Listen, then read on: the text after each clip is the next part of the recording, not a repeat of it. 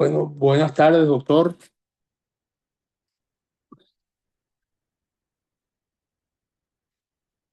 Buenas tardes, doctor Nelson Hernández. Buenas Bienvenido. tardes. Buenas Gracias tardes de a verdad por todos. darnos esta gran oportunidad de conversar con usted y poder entender un poco este problema que tenemos nosotros en Venezuela con el sistema del sector eléctrico venezolano. Bueno, yo creo que usted no hay mucho que presentar. Creo que usted es una de las personas que más conoce esta materia en Venezuela, uno de los técnicos más respetados. Así que tal cual como lo mencionó ahorita el doctor Luis Javier Grisanti, pues acaban de reabrir de nuevo el estudio de la especialización de comercio en la materia petrolera. Así que bienvenido, doctor, y vamos a escucharlo con mucha atención. Adelante. Bueno, gracias por todo. Saludos a todos. Sí, lo que dijo Xavier, pues el lunes comienza nuevamente ese nivel de posgrado en materia de hidrocarburos, en la cual me toca dictar una materia. Otra noticia que luce interesante en esta área es que el IES está en proyecto, desarrollar un programa de estudio para gerentes en el área eléctrica en Venezuela. A mí me toca hoy pues hablar sobre la viabilidad técnica, sinceración de la economía y del sector eléctrico venezolano. Ustedes conocen pues, se ha hablado mucho sobre la problemática del sector eléctrico venezolano, pero yo pienso que siempre se está enfocado sobre lo que es generación, transmisión, etcétera, etcétera. En este caso, pues eso yo lo doy por visto porque ya creo que es suficiente análisis sobre el sistema eléctrico venezolano desde el punto de vista de infraestructura y por lo tanto ya ese no es tema de discusión. El próximo que van a ver ustedes acá es qué es la red nacional de transmisión, ven del lado izquierdo superior, lo que es la red a nivel global. Ven el sistema, cuenta con 76 plantas a nivel nacional. Están clasificadas por el tipo de generación, si es a gas, si es ciclo combinado, si es a vapor, si es hidráulica o si es eólica. El solar no está en Venezuela todavía como tal. Y vemos que la gran magnitud son las turbinas a gas, que tiene 51 turbinas, ubicadas exactamente en 76 plantas, distribuidas, como ven ustedes, pues por las regiones que tiene Corpoelec, que llaman regiones operativas. Hay otros parámetros del sector eléctrico, como son número de unidades, son 414 unidades que hay en 76 plantas. La capacidad instalada varía de un lado a otro. Bueno, se habla de 32.000, 33.000, 34.000. Va a depender de si entra o sale una planta en un momento dado. Hay circuito de distribución 4.300 y tanto, capacidad de hidroelectricidad 16.000, líneas troncales de alta tensión 13.000 kilómetros, otras líneas 102.000 kilómetros, subestaciones de transmisión, etcétera, etcétera. Entonces, vean ustedes, si se quiere, pues hay sistemas pues, lógicamente mucho más complejos que este, pero no vayamos a subestimar lo que es la complejidad del sistema eléctrico nacional. Una de las partes importantes que hay es que es la obsolescencia.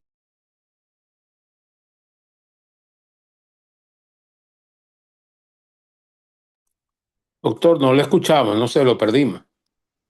Vamos a esperar, creo que tuvo un problema.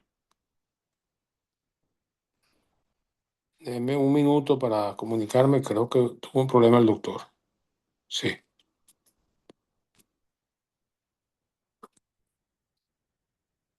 Deme un minuto, por favor.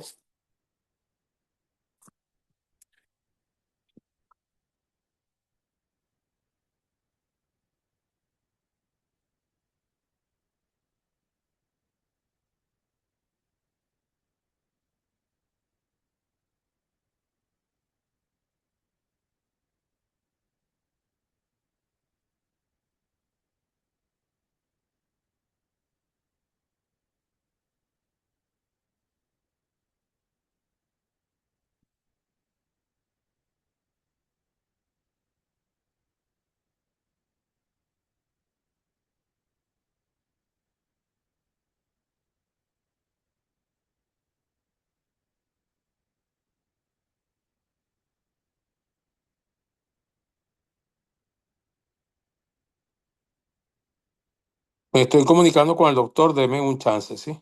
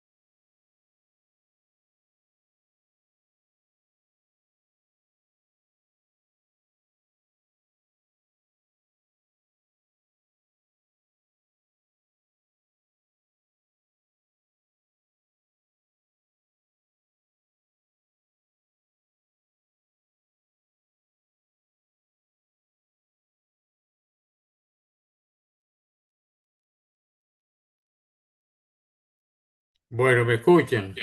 Sí, lo escuchamos perfecto, doctor. Lo Problemas perdimos, de Corpoelec. No puedo hacer más nada. no se preocupe. Ya, déjame ver dónde estoy. No, aquí no estoy.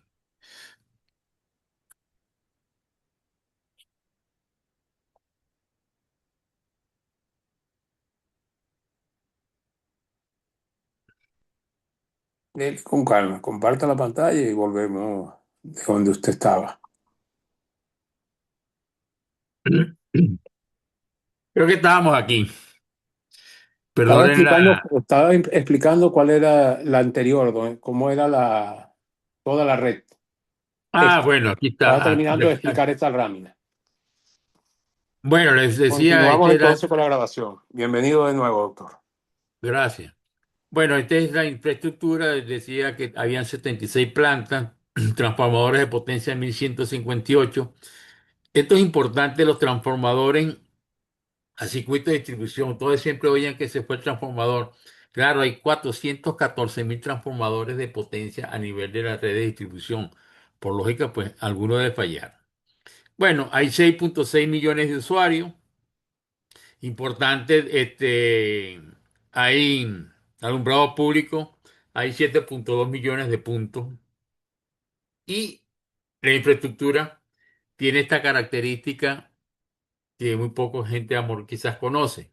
Por menos en generación, las unidades tienen entre 25 y 30 años la térmica y de 40 a 50 años la hidroeléctrica.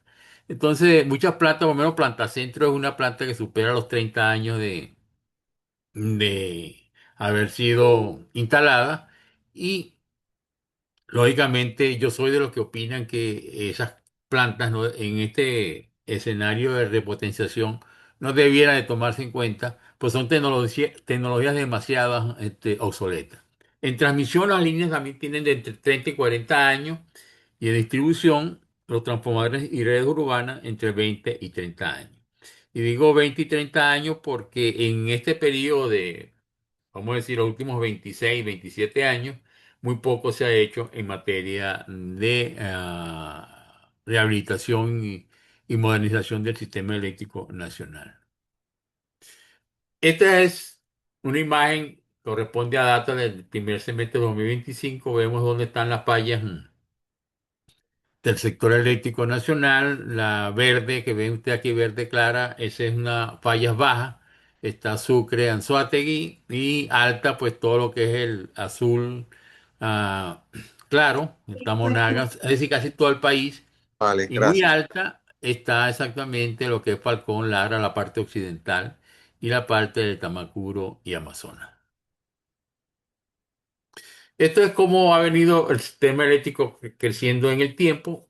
Tuvimos un crecimiento sostenido hasta el año 2009, como lo ven ustedes allí, con una máxima de consumo de 122 teravatios hora al año. Pero a partir de ese momento es lo que yo llamo un frenazo, que es el área ustedes no sé qué color lo ven, rosado o rojo. Esa área es lo que yo llamo el frenazo, que fue exactamente producto de la, la crisis económica que vive el país.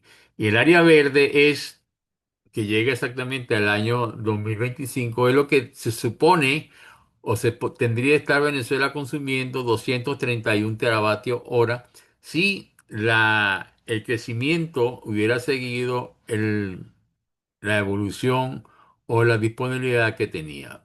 Entonces, todo esto es parte de lo que no se ha hecho y habrá que hacerlo una vez que se recupere la economía del país. En materia de generación eléctrica para el 2025 fueron 104.000 teravatios hora, de la cual el airo pues tuvo el 77%, la térmica 23%. Y la térmica fue distribuida con el 88% de la térmica fue generada con gas natural. Esto es alguien que hizo un estudio por acá y yo encontré esta data es de este año, donde dice servicio eléctrico por nivel social, medición y autogeneración. El estrato A es el de mayores ingresos, sin medidor es el 1%. Si usted mete a con medidor, tiene el 50%, tiene medidor. Hay otro grupo que tiene medidor y hay generación individual, es decir, cada quien tiene un generador en su casa para paliar la crisis. Y el 16% de eso tiene medidor con generación colectiva, que generalmente pues son en los inmuebles. Pero vean ustedes pues cómo se comporta pues el sector de menos ingresos, no tienen medidor, este, con medidores del 47% y no tienen posibilidades de generación o no generan. Entonces vemos acá que esta encuesta se realizó el 4 de febrero del 2026 a 1.035 usuarios y en las ciudades de Caracas, Valencia, Maracaibo, Barquisimeto, Puerto La Cruz, es decir, las ciudades más importantes del país. Importante es quienes no tienen medidores. Bueno, hablemos un poco de la solar potencial en Venezuela. Vemos ya las estadísticas del sistema. Y vamos a ver qué es lo que tiene Venezuela en materia solar. ¿Por qué hablo de la solar fotovoltaica o PV, como dicen allí? Porque esa es la fuente energética para mí la más democrática, la que puede usar, se puede hacer todo el mundo. Y es una de las características importantes. Primero, los costos son muy bajos. Se han reducido los costos de esa fuente energética cerca de un 12% entre 2000 en los últimos 15 años, para ponerlo más corto. Lo importante de esto es que esta tecnología no tiene piezas móviles, que es lo que limita el uso masivo de esta tecnología. Esto es, usted monta un panel solar, coge unos cables, lo instala y ya tiene electricidad solar. Entonces, por eso es su gran auge a nivel internacional, su facilidad de uso y su bajo costo. Esta es la incidencia solar por estado en Venezuela. Vemos que el estado de Nueva Esparta pues esto está medido en megavatios horas por metro cuadrado por año. Es decir, el estado de Nueva Esparta tiene 2,18, que es el megavatios hora, o si lo quiere, en 2.180 kilovatios hora metro cuadrado año. Eso quiere decir que cada metro cuadrado en promedio lógico el estado de Nueva Esparta produce exactamente esa cantidad de energía al año. Y del lado extremo está Barinas, Táchira, Mérida, Trujillo, etcétera, etcétera. Y aquí está lo que se llama el umbral de incidencia. Es decir, si una región o un lugar tiene una incidencia menor a 1,65 megavatios hora por metro cuadrado por año, no es que no se pueda hacer una granja solar, sino que exactamente sus costos o sus beneficios o su rentabilidad va a ser mucho menor porque ese es el umbral en la cual se establece ese tipo de situación. Alguien podría decir, bueno, pero si yo estoy falto de electricidad, ¿qué hago? Bueno, usted corre con el riesgo de irse más abajo del umbral y también tiene su electricidad. Recordemos que el servicio que no se tiene es el más caro. Y eso lo vemos aquí en Venezuela. Voy a ponerme nada más bueno, cualquier servicio. Vamos a poner el agua. Usted paga una tarifa de agua, pero usted tiene que pagar un camión que le cuesta cerca de $60 o $10 los 1.000 metros cúbicos. Y eso es un costo y ese es el servicio más caro. Igual sucede con la electricidad porque usted pone una planta eléctrica, si es que tiene como ponerla. O si es en materia de gas, pues ya compra la bombona no al valor, sino la compra 2 y 3 veces el valor de la bombona o el valor que está establecido por el gobierno. Entonces, esto es la incidencia solar en Venezuela. Podemos decir tranquilamente que Venezuela puede soportar un proyecto solar en cualquiera de su área o de su superficie nacional. Entonces, aquí está otro que es el promedio de horas de sol diaria por estado. Allá era la incidencia y esto es cuánto tiempo de sol tiene cada estado en promedio, lógicamente. Bueno, entonces vemos que pues, Nueva Esparta tiene cerca de casi 10 horas diarias de sol, mientras que Carabobo tiene muy pocas. Alguien dirá, bueno, pero ¿por qué Carabobo si está en la costa? Bueno, porque eso va a depender también de a la nubosidad que tenga el país o el área geográfica o las características climáticas de cada región. Por menos las horas del sol, como dice acá, son las horas de insolación efectiva. Es el promedio de tiempo en que el sol brille directamente sobre la superficie sin estar bloqueado por nubes, lluvia o bruma. Bueno, vemos entonces aquí una serie de estados donde tiene eh, el promedio de horas de sol diaria por estado. Va desde menos de 6, hoy digo un poquito más de 6, hasta casi 10 horas diarias. Entonces vemos que está Sucre, Falcón o los verdes, serían los de mayor, serían Táchira, Barinas, Guárico, Bolívar, Cojedes, Amazonas, Portuguesa, Apure, etcétera. Hay un índice técnico de viabilidad solar. Ese índice fue desarrollado por mi persona. Vamos a ver aquí un poquito de ese índice. Y ese índice está desarrollado con los dos parámetros que vimos anteriormente.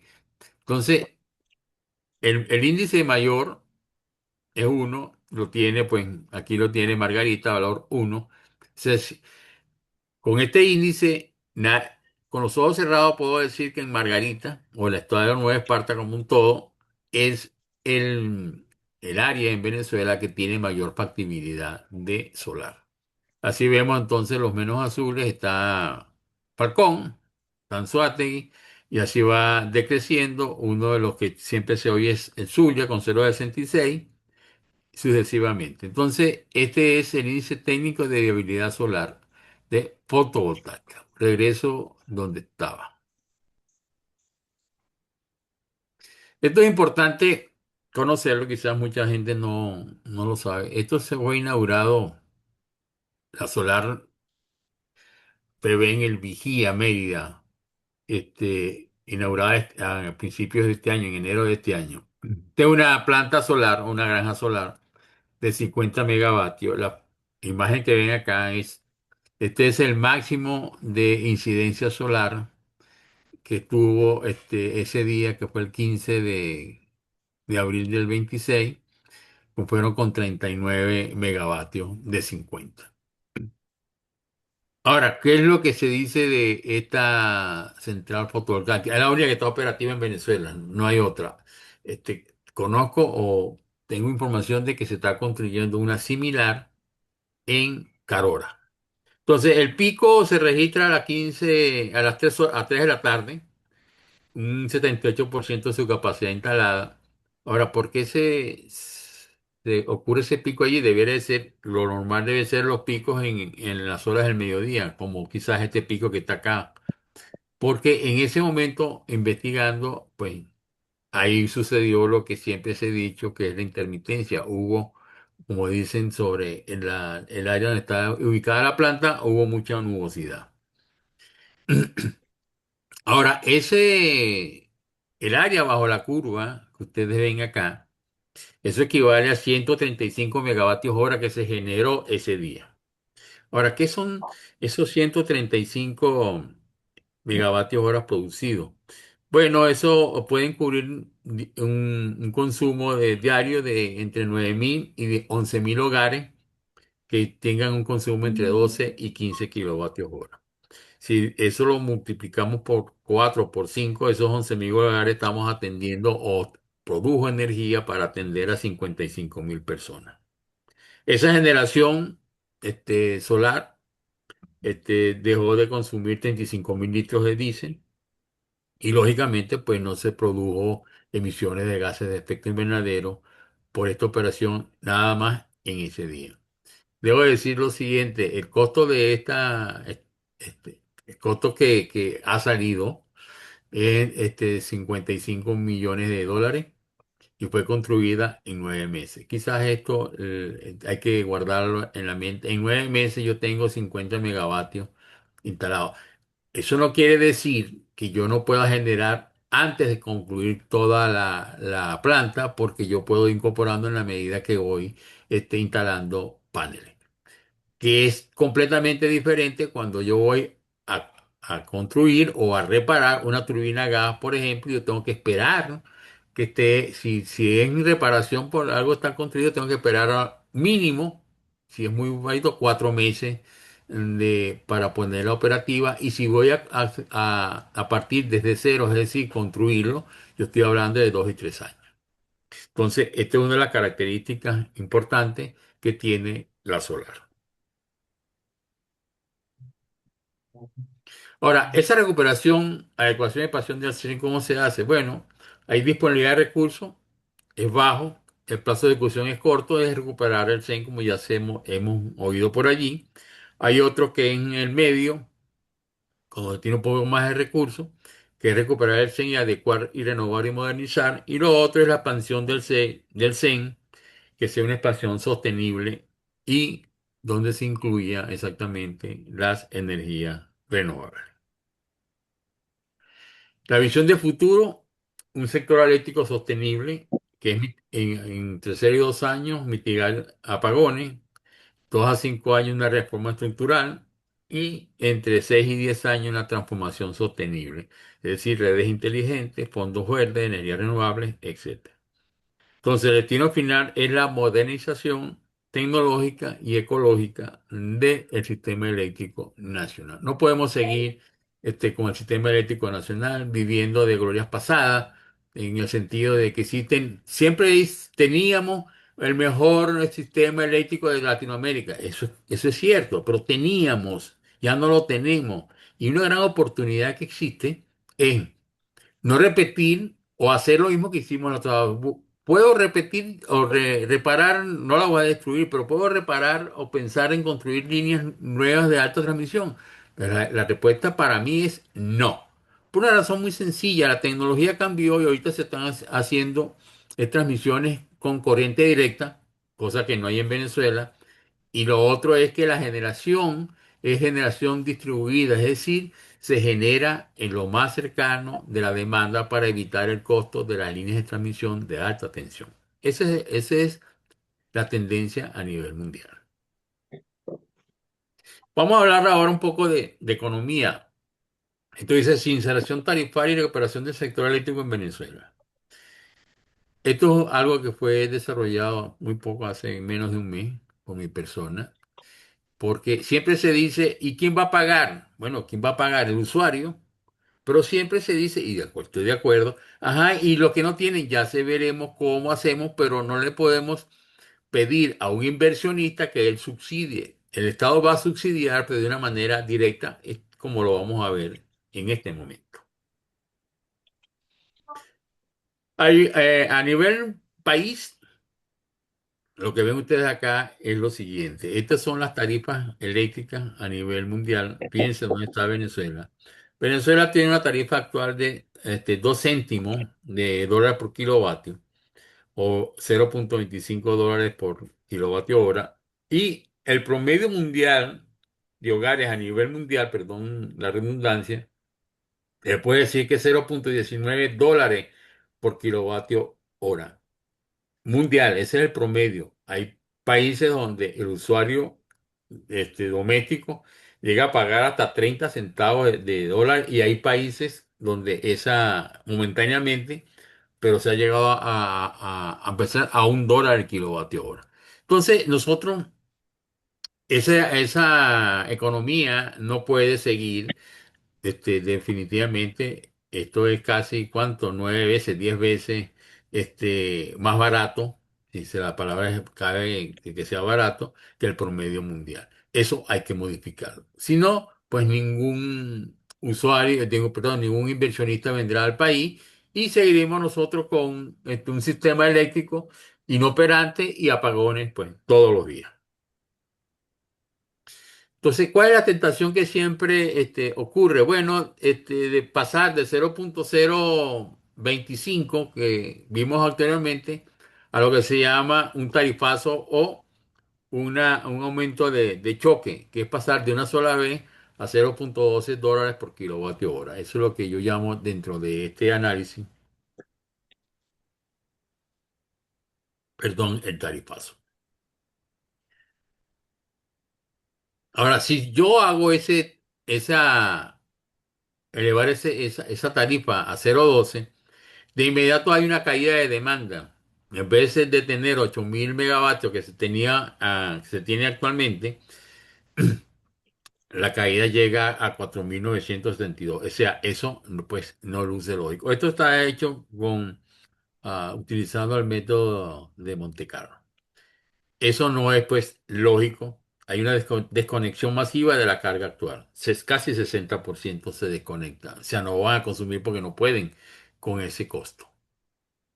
Y la otra inviabilidad técnica del choque es que la economía tendría, para absorber ese impacto, tendría que crecer 75% del PIB en un solo año, cosa que es irreal, porque eso no va a ocurrir nunca. Entonces hay que buscar la forma de cómo esas dos, si se quiere, banderas que nos está indicando que el tarifazo no es lo adecuado, buscar opciones para ver cómo se resuelve la problemática. Esto que está acá se encuentra el punto de optimización matemática que es entre los ingresos y la demanda promedio. Y ese ingreso y demanda promedio lo que nos dice es que nos da 8 centavos de dólar por kilovatio hora. En vez de los 12 y en vez de los 25, 8 centavos de dólar. O sea, vamos a hablar de 9 centavos de dólar por kilovatio hora. Lógicamente, esa propuesta no puede ser tampoco de una sola vez, porque ya vimos por qué. Entonces, el modelo lo que hace es que lo gradúa en 5 años. Vean ustedes aquí cuál es cómo vamos aumentando los precios o la tarifa hasta en 5 años. ¿Y cuál es la estrategia? Ven ustedes aquí está la demanda, 8.500 gigavatios hora mes. Y en la medida que usted aumenta la tarifa, pues también va aumentando el servicio, el consumo eléctrico. O sea, no hay un choque entre aumento de tarifa y el aumento del consumo eléctrico.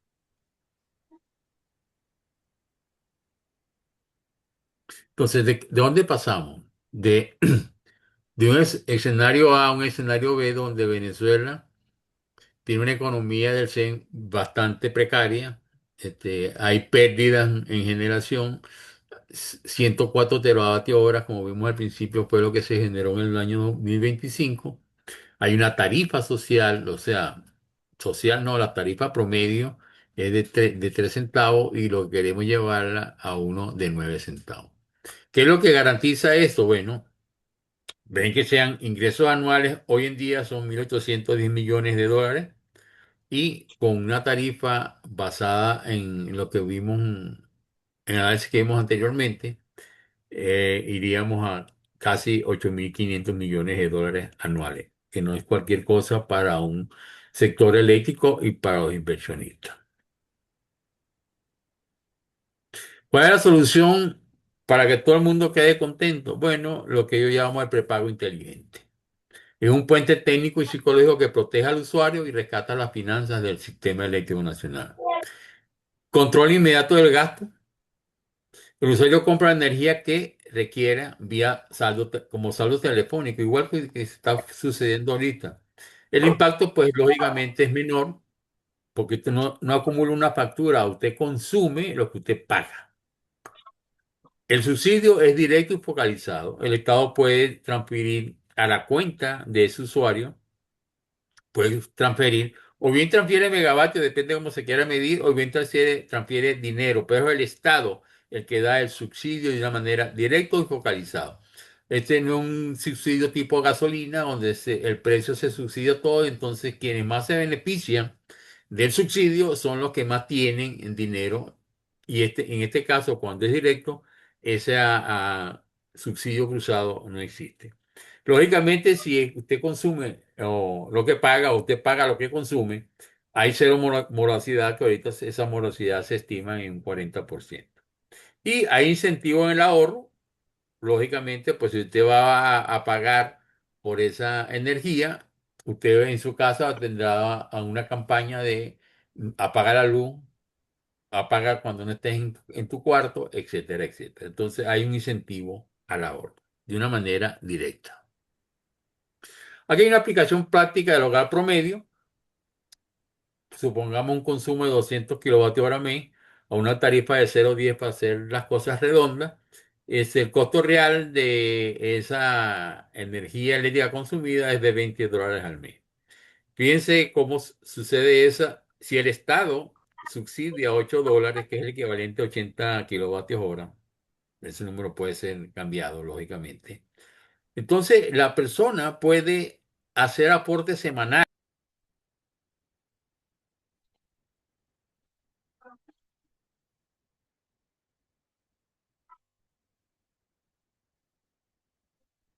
Creo que se volvió a ir Creo que el el audio. doctor se apagó el micrófono. Doctor, tiene el micrófono apagado.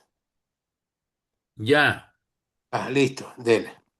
Ajá. Bueno, aquí tiene una aplicación práctica en el hogar promedio, 200 kilovatios hora mes, a una tarifa de 0,10, el costo sería $20.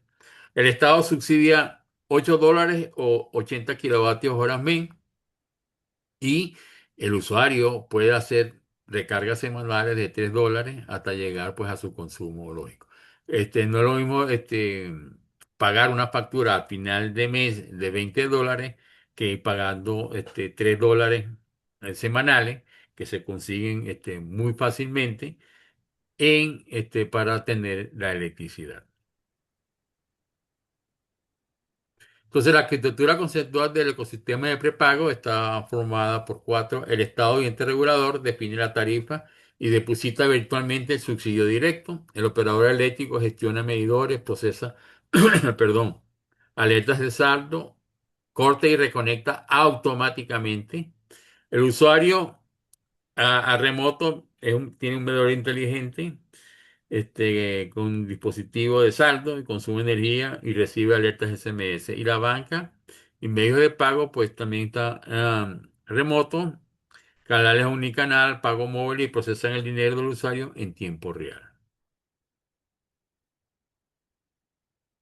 Entonces, ¿cuál es el nuevo modelo eléctrico? Hay un ajuste gradual de tarifa. El objetivo estratégico es autofinanciamiento y atracción de la inversión privada, reducción de pérdidas de 40 a 10%. Eso implica que se recuperan anualmente unos 31 teravatios hora recuperados anualmente. Integración masiva de la energía solar, ejemplo, Mérida ya lo vimos, y descentralización del sistema y aprovechamiento del potencial occidental. Entonces, la recuperación de Alcén no es un problema técnico, es un problema técnico-económico. Hay una solución para que la gente su, su energía y pasa de ser un sistema centralizado y deficitario a uno distribuido, eficiente y económicamente viable. Esta tecnología se aplica más o menos en África, se aplica mucho la tecnología del pago, el prepago. Esto puede ser aplicado a cualquier servicio público. De hecho, lo que pasa es que no lo vemos así, pero el streaming, el Netflix, etcétera, etcétera, es un servicio público y usted lo paga bien prepago o pospago. Aquí, Venezuela fue uno de los primeros países, yo creo que el primer país a nivel mundial que utilizó el prepago para efectos de televisión por cable, que era DirecTV. Por eso fue que proliferó en Venezuela, a nivel de cualquier clase social, la antena de DirecTV. Creo que por acá yo terminé y muchas gracias. Bueno, perdonen las interrupciones tecnológicas porque no, ahí sí no puedo hacer yo nada. No, para Acuérdate, nada, doctor. Primero que todo, darle las gracias, de verdad. Sí, como siempre, usted eh, nos presenta algo que no estábamos como preparados para escuchar, pero en verdad es algo nuevo para, yo creo que para la gran mayoría de los que estamos aquí, la mayoría de las exposiciones del sector eléctrico siempre tienen que ver con cómo está el sistema, cuánto hay instalado, cuánto se puede producir, excelente. Pero yo creo que usted abre una nueva visión, pues, de ver las cosas.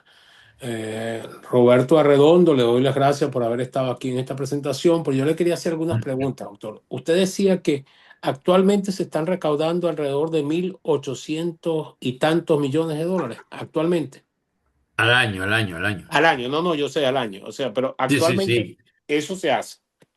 Y usted Ujú. dice que, claro, al ajustar a esta tarifa, a lo que usted dice, de 2 a 8 como dice usted, eso pudiera llevar la recaudación a unos 8.600 millones de dólares aproximadamente, ¿no? Sí, eso es Y correcto. eso, y eso sería a través de la inversión privada que instalaría pues esos sistemas, es lo que entiendo, ¿no? Sí, sí, sí, sí, así es. Lo que está Ok, diciendo es correcto. ok. Y por supuesto, todos estos modelos de subsidio tendrían que estar acordados ya en los contratos que firmen estos entes privados con el Estado, pues. ¿No? Para los subsidios a las clases populares, pues, a los que consuman menos, pues, en pocas palabras. Es así. Estás en lo Y, cierto. y por supuesto, disculpe que haga tanta pregunta, y además de eso, definitivamente tenemos que ir a una reforma de la ley del sector eléctrico que estatizó todo el sistema eléctrico de Venezuela. Bueno, fíjate que amor, ese es otro mito que no es tan de verdad. Yo puedo hacer cosas con la ley eléctrica que tengo, cosas pequeñas, lógicamente. ¿Ok? Entonces, no hay que esperar muchas cosas. Por ejemplo, Venezuela tiene 6 millones más o menos, 6 millones de usuarios. De esos 6 millones, quizás 2 millones, 3 millones, no tengo la cifra exacta, pero 3 millones no tienen medidor. Vimos la estadística Y de los usted que tienen decía no que tienen cincuenta y medidor. tres por ciento no tenía medidor. Ajá, de 6 millones de usuarios, tienes hablando de 3 millones que no tienen medidor. Ahora, si a esa gente hay que poner el medidor, ¿cuál es el medidor que hay que ponerle? Bueno, el medidor nuevo, el medidor inteligente. Y la diferencia entre un medidor, vamos a llamarlo antiguo, entre comillas, y un medidor inteligente, la diferencia son $50. O sea, no hay una diferencia mayor para uno y para otro.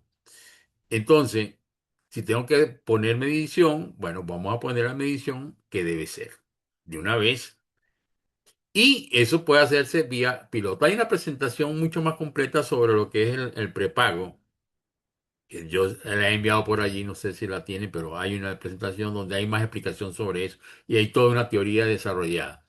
Lo importante de esto es que, vuelvo a insistir, si tengo que ponerle medidores, ponle el nuevo, porque tengo que ponerle el viejo. Y una vez que alguien me dijo por ahí, como siempre, bueno, pero es que dañan el medidor. Bueno, si se daña el medidor, porque lo golpean para bypassarlo, si es electrónico, no porque se queda desconectado de allá y no puede haber el bypass. Y si hay el bypass, le doy oportunidad dos veces y la tercera vez va preso. Porque esa es la forma de hacer eso, porque al final lo que está es robando.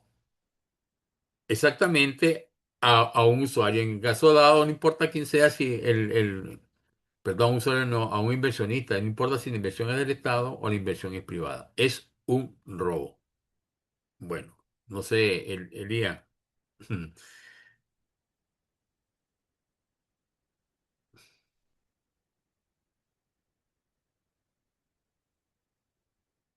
No oigo, Elías.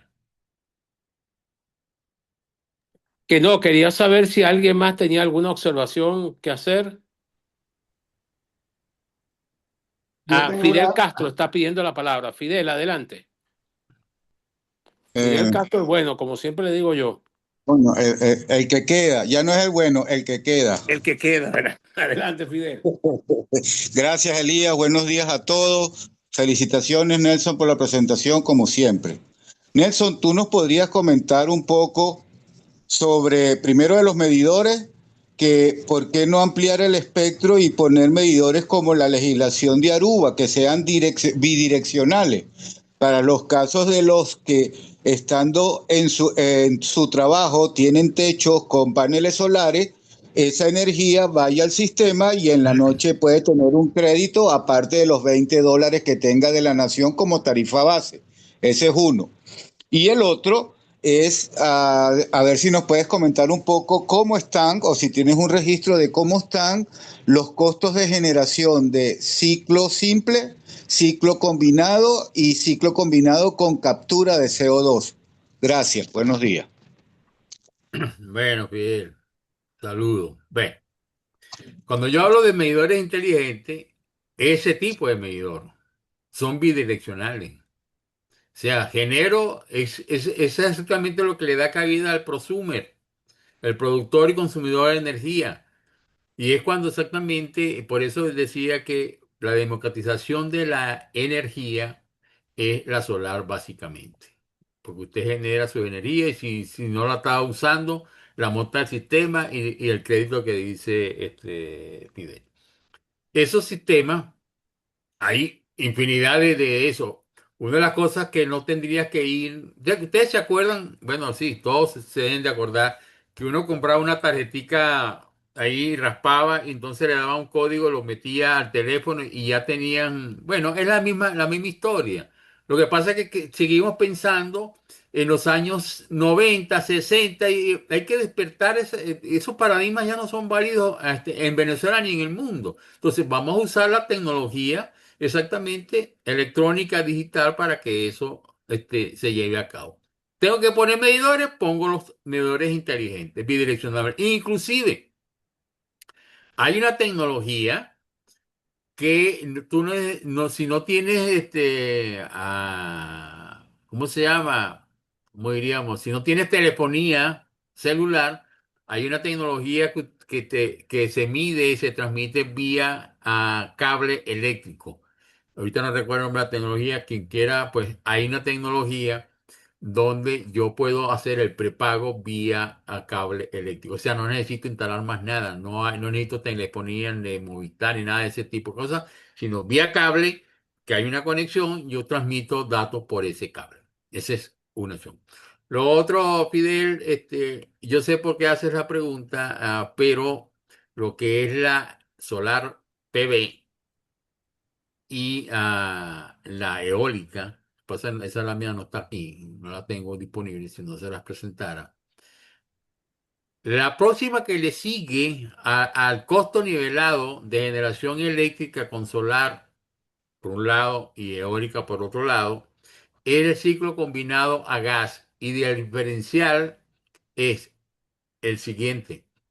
El eólico y solar tiene un costo nivelado de 3 a 4 céntimos por kilovatio hora.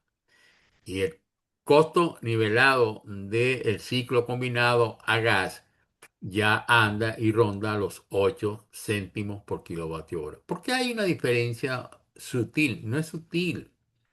Es que cuando usted quema algo, usted pierde ese dinero. Ese dinero no lo va a recuperar. La solar, usted no quema nada, el sol no le pasa factura. Bueno, hasta ahora no sabemos que vaya a pasar factura, pero el sol no pasa factura. Mientras que cuando quema carbón, quema petróleo o quema gas, usted esa quemada o esa combustión, pues es dinero, si se quiere, perdido. No sé si te respondí, Fidel. ¿Quién más?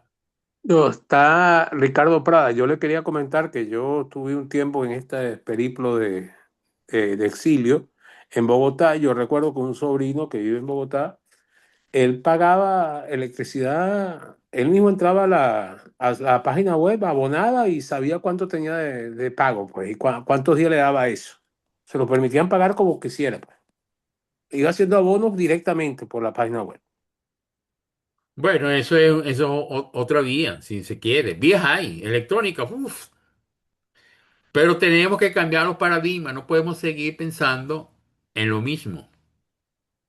Estamos de acuerdo. Ricardo Prada tiene la palabra. Ah, Es el... Buenos días, Finalizamos con Ricardo. Gracias, Ricardo.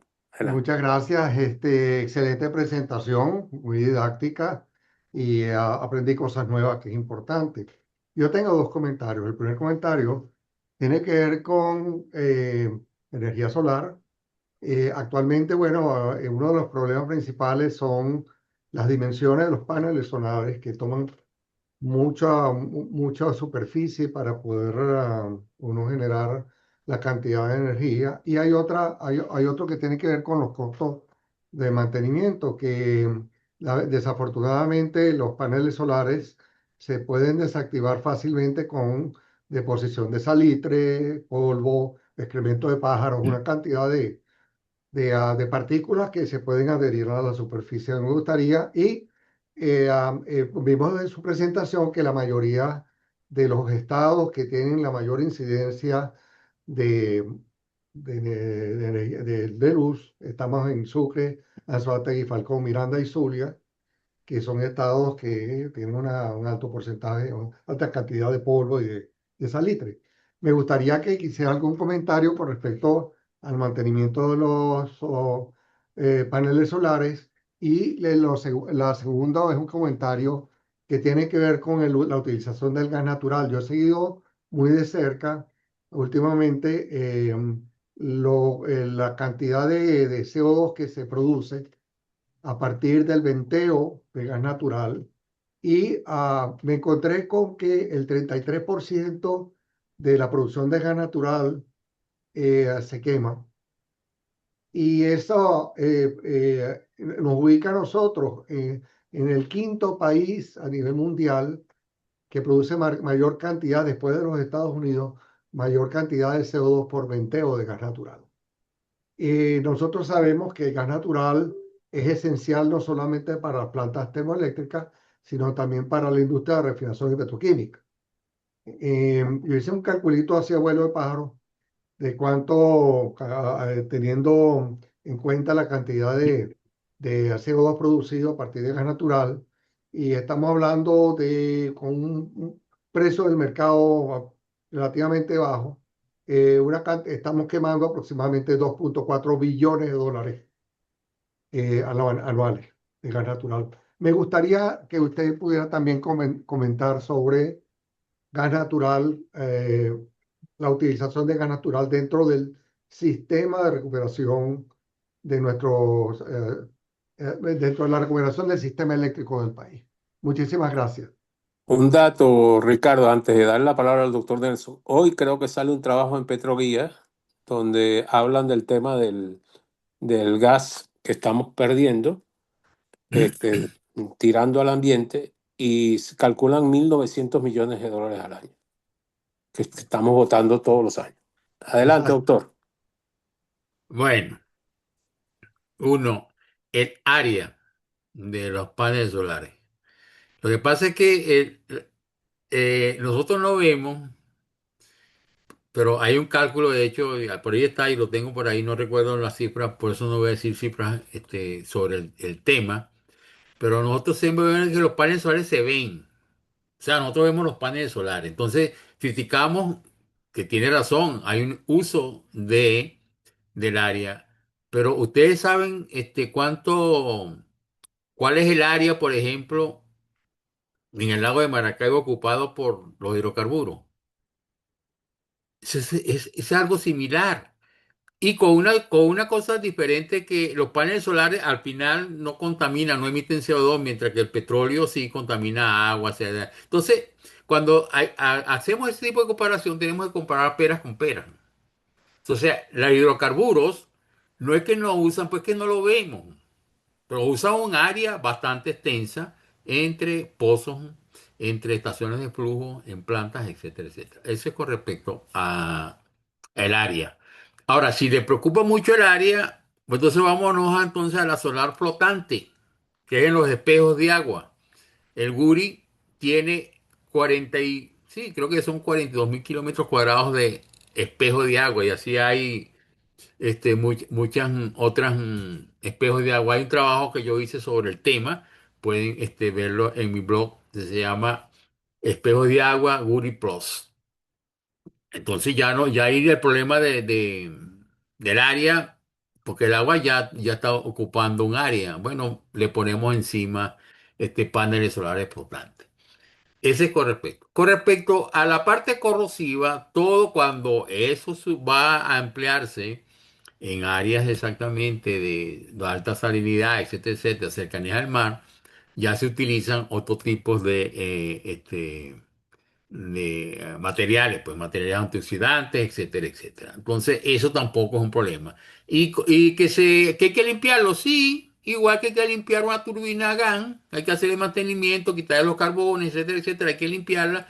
La solar, lo que vas a limpiar es exactamente el quitarle ese polvo, y se puede quitar con algo de jabón. Inclusive ya hay robots que hacen exactamente a ese tipo de trabajo.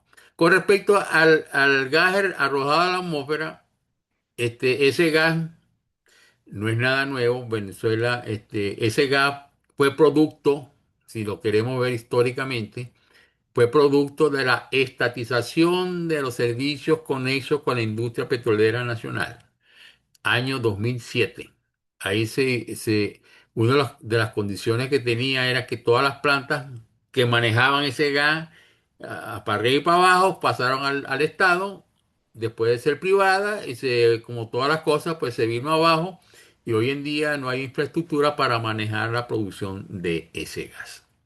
Es verdad, Venezuela tiene es el quinto país por arrojar el CO2 a la atmósfera.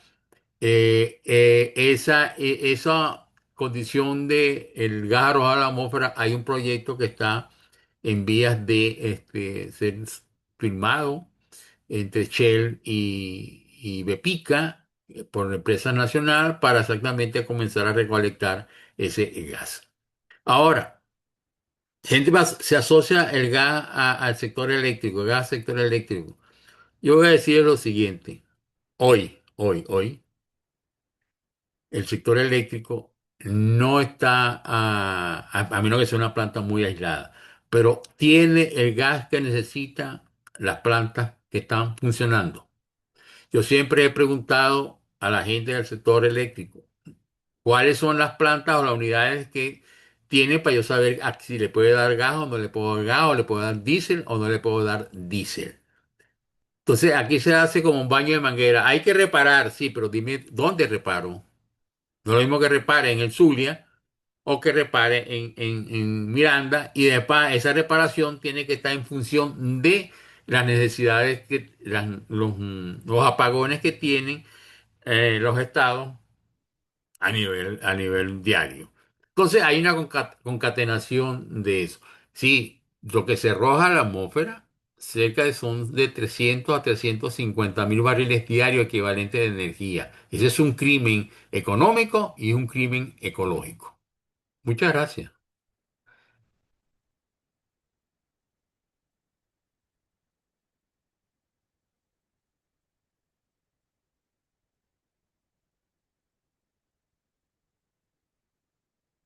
Vamos. A ver, tiene la palabra Oscar Montenegro, que me había pedido la palabra. Adelante, Oscar. Buenas tardes, muchas gracias a todos. Gracias, Elías. Nelson, como siempre, como dijo Fidel hace un rato, excelente presentación, muy actualizada y saludos. Mira, Nelson, yo tengo una pregunta. Tú has mencionado el sector doméstico, el sector residencial con una tarifa de más o menos 8 mils. Pero el sector industrial pienso yo que es un gran demandante y una de las causas por las cuales el sector industrial no ha podido crecer, aparte por supuesto de demanda, es disponibilidad de energía de calidad. Nosotros tenemos aquí un ejemplo de cómo el sector industrial migró hacia fuentes más seguras de energía, como es el caso, por ejemplo, de Turboven. Turboven tiene un mercado cerrado, un mercado cautivo en lo que es en el estado de Aragua, básicamente Maracay, Cagua y zonas aledañas. Pero la tarifa es fundamental. ¿Qué tarifa o qué rango de tarifa visualizas tú para el sector industrial? Para que sea incentivo y que sea capaz de motorizar el desarrollo o la reactivación económica o la producción en ese sector fundamental. Gracias. Saludos, Oscar. Saludos a la familia. Igual. Este, fíjate, Oscar, a nivel internacional, y tú solo lo conoces quizás mejor que yo, las tarifas industriales son mucho más bajas que las tarifas domésticas por las razones que ya se conocen, pues. Si son altos consumidores, una línea me produce más que una industria me consume más que amor, media urbanización, etcétera, etcétera. Entonces, si la tarifa por decir, era de 10 céntimos de kilovatio hora, pues la tarifa eléctrica industrial tiene que ser mucho más baja. ¿Cuánto más baja? No lo sé. Pero eso es lo que se hace a nivel internacional. Yo no tengo cifras ahorita para poderlas comparar más o menos con el sector industrial de Colombia o el sector industrial de Estados Unidos. No tengo esta. Lo único que sí puedo decirte es que es más baja que esos 10 céntimos que se están proponiendo ahí. Hay quienes dicen pues, que 10 céntimos para el sector doméstico es muy poco. Bueno, pero es que 3 céntimos es demasiado poco y es lo que se paga ahorita. Hay que ir poco a poco, de tal manera de no ahogar el sistema como tal, el sistema eléctrico y otros sistemas a nivel global. La otra parte de las tarifas, sector eléctrico, mira, ok, yo he tenido contacto con empresas antes de que ocurriera todo lo que tú has dicho, como la que comentaron plantas de generación, con diésel, yo le dije, no se monten ahí que no hay diésel. Bueno, pero ¿qué tenemos? Bueno, ahora tienen unos activos ahí varados porque tienen la planta y no consiguen el diésel para generar y siguen con el mismo problema. En esa oportunidad, estoy hablando de hace quizás 10 años atrás, en esa oportunidad, yo le decía, pero ustedes tienen galpones, monten siquiera paneles solares y van y monten una eólica en sus terrenos y ustedes tienen vía legal para que no haya problema, tienen hasta 2 megavatios de autogeneración, siempre y cuando no la vendan, ustedes autogeneran, pero y así se limitan los montacargas o tienen electricidad para que siga funcionando la parte administrativa. No lo sé, porque no tengo el detalle de una empresa, de una industria per se.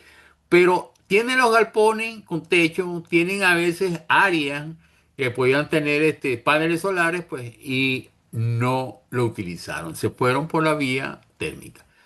Hay que recuperar, tomar eso. Los buenos ejemplos que recuerdo que lo analicé bastante fue la planta de Polar en San Joaquín, que eso tiene terreno y hay brisa y hay sol, pues, pero nunca quisieron avanzar en esa dirección. Muchas gracias, Oscar. Saludos.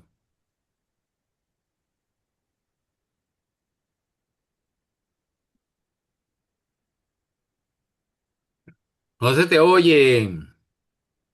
Que primero que todo, doctor, darle las gracias de verdad, porque como siempre usted nos sorprende con sus presentaciones, pues son temas que uno no está como actualizado, pues, y usted lo ubica a uno rápidamente. En verdad, una tremenda presentación. Es una visión totalmente distinta. Eso no quiere decir que no se atienda también lo que tenemos y cómo podemos recuperar lo que tenemos, pero esto es una visión ya hacia donde debe caminar el país, pues en el sector Sí. eléctrico. Pues, sí, o sea, yo creo que es un buen mensaje el que usted nos ha dejado y la posibilidad de realizarlo es totalmente factible, pues no tengo la menor duda de eso. Yo lo voy a dejar, doctor, para que usted nos despida y de verdad darle las gracias de nuevo por su apoyo y por permitir que podamos tener pues la oportunidad de escuchar este tipo de conferencias tan importantes. Fidel, ¿qué quieres hablar? Ah, ¿quién? Ah, ya un Un minuto. comentario, gracias Nelson, es un comentario de apoyo a lo que estabas diciendo. Se graduó de bachiller. Casualmente, hoy hay una conferencia en el Colegio de Ingenieros que era en apoyo a que se va a respaldar toda la recuperación de esas turbinas, que en el 2020, con lo de Plan País, hicimos una revisión y eran 280 turbinas, desde 25 megawatts hasta 180 las más grandes. Todas esas turbinas involucraban un volumen de gas que no se dispone de más de 2.400 millones de pies cúbicos diarios. Y entre diésel y fuel para las que están fuera del sistema de gas eran casi 150.000 barriles diarios con el cabotaje respectivo y las gandolas respectivas. Entonces, pareciera que hay gente que está apostando a reparar las turbinas, pero como dices tú, van a quedar en el almacén porque no las van a poder prender. Eso era todo en apoyo. Gracias. Gracias. Quiero saludar a la doctora Zulay Medina, que está por aquí, una gran amiga, al doctor José Luis Alcalá Rode, que también está aquí presente, que se acaban de incorporar. Bueno, bienvenidos. Estamos en la parte final ahorita, pero vamos a continuar con los derechos de palabra. Fidel Castro creo que tiene también una pregunta ahí, doctor, para que tenga las preguntas totales. Adelante, Fidel. No, era el comentario que estaba haciendo, que en el Ah, bueno, 2020, ok. ok, Adelante, doctor, entonces. Bueno, fíjate que yo creo que una de las cosas más que hay que hacer, y eso le corresponde al estamento político, es básicamente convencer. No, yo no sé si la palabra será convencer, es decirle exactamente a la población que hay que pagar los servicios. Aquí en Venezuela tenemos mucho, pues, la viveza criolla. Siempre tratamos de no pagar, de no hacer la cosa. Y tenemos que cambiar mentalmente. Y eso le toca, pues, básicamente al estamento político, comenzar a decir las verdades que están en el tapete. Yo no puedo, si estamos hablando de que Venezuela no puede hacer cosas porque el Estado está endeudado, no tiene cómo, entonces hay que decirle, si viene el sector privado, hay que pagar el servicio. Y así, ahora siempre sale, bueno, ¿y qué van a hacer las clases? Bueno, las clases ya veremos cómo lo hacemos, pero no puede haber tampoco subsidios cruzados, tienen que ser subsidios directos. Y hay una cosa que es importante en Venezuela. Por razones que nos han llevado hasta acá, Venezuela es uno de los países en el mundo que está mayor bancarizado. Y sí, y me imagino que pueden entender el concepto de bancarización. En Venezuela, casi el 80% de la población laboral, no los niños, en edad de laborar o mayores de 18 años, tienen una cuenta bancaria, tienen una tarjeta de débito, pagan con esa tarjeta de débito vía internet, vía punto de venta, etcétera, etcétera. Ese esfuerzo de hacer la bancarización de una población ya está hecho. Ya los bancos lo tienen. lo tiene el Estado venezolano. Todos tenemos una cuenta bancaria, tenemos una tarjeta de débito. Entonces, hacer los arreglos financieros y económicos que necesita el país, no tenemos que partir de cero. Lo que tenemos que hacer exactamente las normativas para que eso se cumpla. Y eso tiene que ver mucho con el sector político, que es el quien decide al final de la tarde en una asamblea o en un consejo municipal. Por cierto, hablando del consejo municipal, por ahí hice una tentativa de una ordenanza municipal para promover las renovables, para minimizar las emisiones de CO2 y no me recuerdo, eran tres cosas. Se las envié a algo que decía Asociación de Alcaldes, pues hasta la fecha no recibí ningún feedback si estaba bueno o estaba malo. Y la hice de tal manera de que lo que tenía que cambiar es el nombre de la alcaldía, porque son cosas genéricas que tiene que hacer el alcalde. Una de las cosas que se dice ahí o que puse yo allí como normativa es toda aquella urbanización o desarrollo habitacional que a partir del próximo año tiene que tener dentro del proyecto que el consumo de su energía, el inmueble o la organización como tal, el 20% tiene que ser.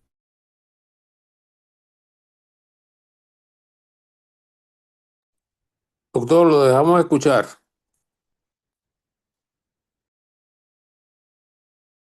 Creo que el doctor perdió de nuevo la No, comunicación. Ah, no, ya está. entonces le decía de la ordenanza municipal. Ahí está un ejemplo de cómo hacer las cosas. Por ahí se comienza y no tengo yo que hacer a nivel de asamblea nacional o bien de la asamblea legislativa.